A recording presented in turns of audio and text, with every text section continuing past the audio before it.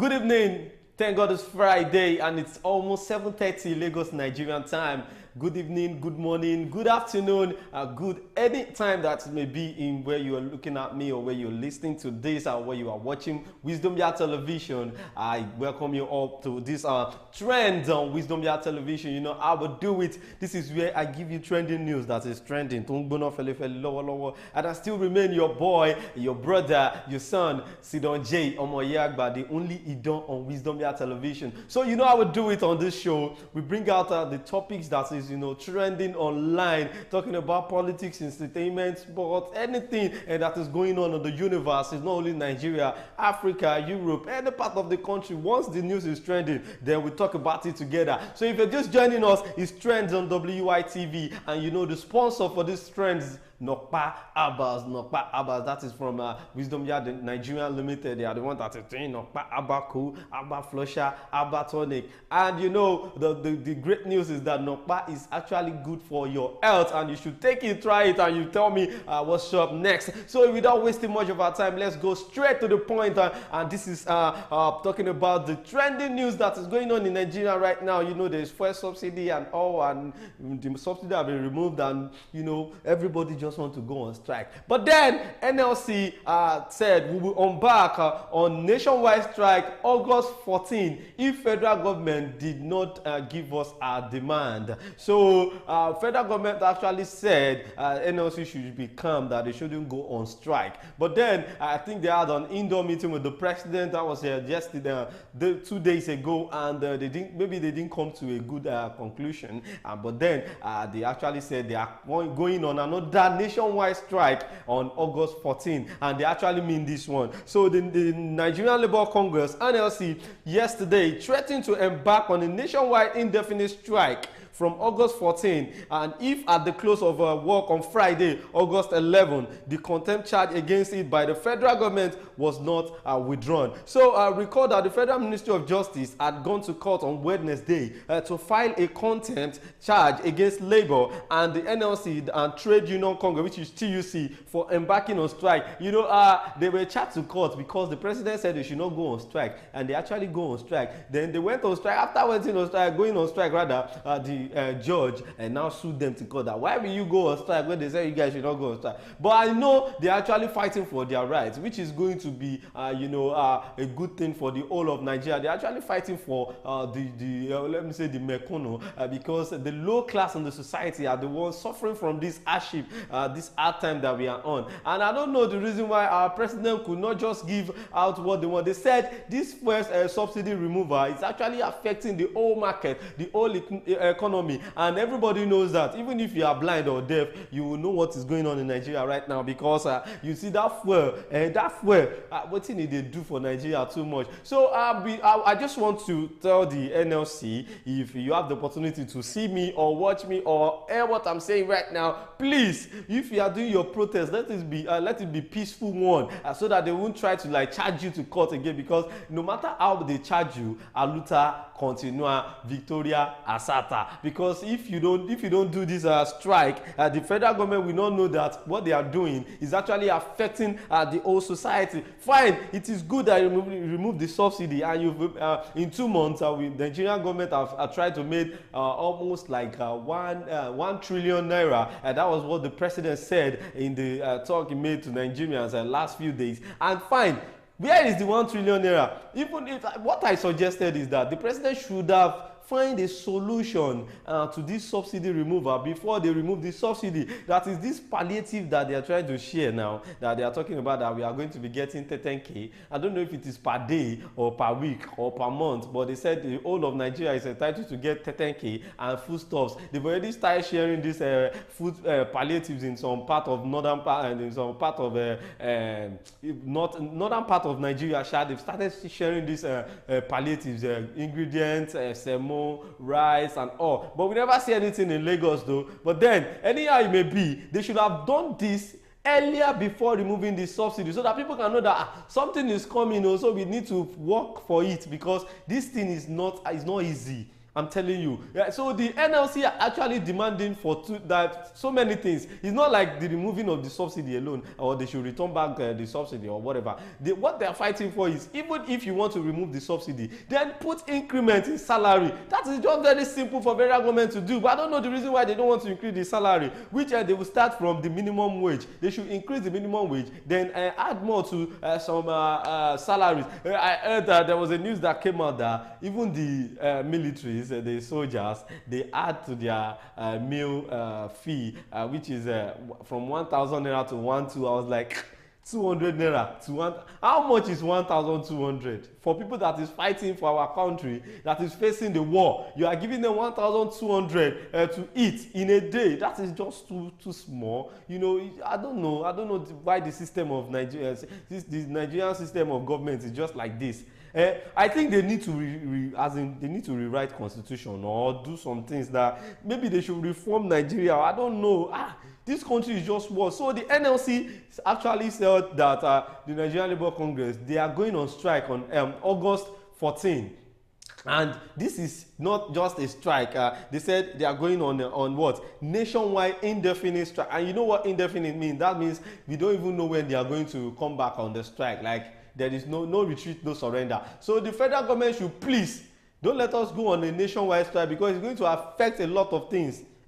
Children will not go to school, vehicles will not be able to work, workers will not be able to work, different kind of things will happen, and we will just get hungry at home, because we are already seeing some news that no work, no pay. You understand? That is for government workers. So private sectors can even implement this kind of thing too. So the NLC are actually fighting for something that is good for the whole of Nigeria, not just for their own organization. So, and we are the one that put them there, because they actually they are the one that is speaking for the whole of Nigeria now, that please, Mr. President, do something to the hardship that is going on right now, because it is getting out of hand. I can't lie to you, my brother. If you are not feeling it, that means you are a ritualist, to be sincere. So from there, let me take my move to the next one that is trending to talking about one female doctor that died in an accident, or an elevator accident in Lagos Island Hospital, which is a state hospital. So she actually, it is not like she died on the spot.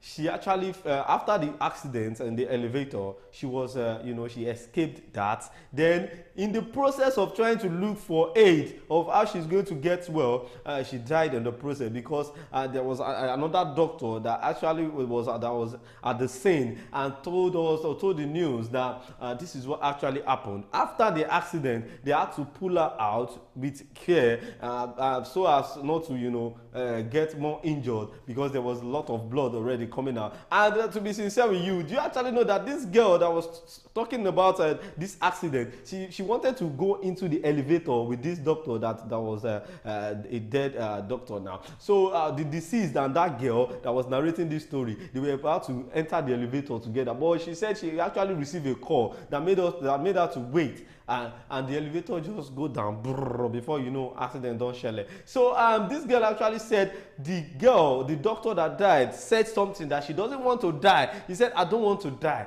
But the colleague said she's not going to die, that she should just be calm, she should try. So in the process of them waiting, they waited for 40 minutes before they could get help. And when they get the help, there was no blood in the old hospital. For a doctor, not even a patient, or a doctor that is working in that hospital. So I think they should sue Lagos State government, or the Minister for Health, or whatever in Lagos State, because it sounds somehow to me. Why in an hospital there will not be blood bank or anything that they can use for an emergency? And even before they could get up, 40 minutes in an hospital, a doctor. What if the person is not working in that hospital? So this is just so saddening for us to lose a girl that is hardworking, working for the government, and died just like that. So the doctors are embarking on strike too, and the federal government said what they are doing for the doctors is, if you are not working, you are not getting paid. So which I'm not agreeing with that kind of rule or law, or what will I call it? Because this is you are just imposing what is not supposed to be imposed. These people are healthcare giver. They are doing a job that you cannot do. It's not easy to be a doctor or nurse or working in an hospital. It's not a small job. So you're telling them that if they don't work, they won't get paid. Whereas they are fighting for even the payment of the past salary, you've not done it. And you are talking about the new ones that if they didn't work again, they won't get paid. So the doctor said no problem, that anything that Nigerians see, and I them know, because they are not ready to go back from what they said they would do. They are going on strike. All right, so I think the federal government should reason with this, and try to do what they want, because everybody does the strike now. As everybody they strike, may God no go strike us with thunder for Nigeria, because I don't understand why everything is coming up in just 3 months that we are the president.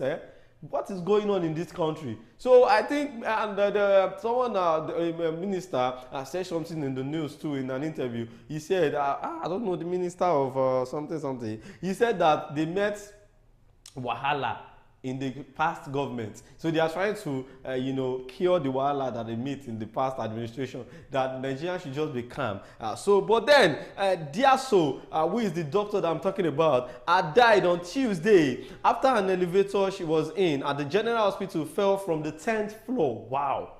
Wow. Just wow. From the 10th floor. Wow.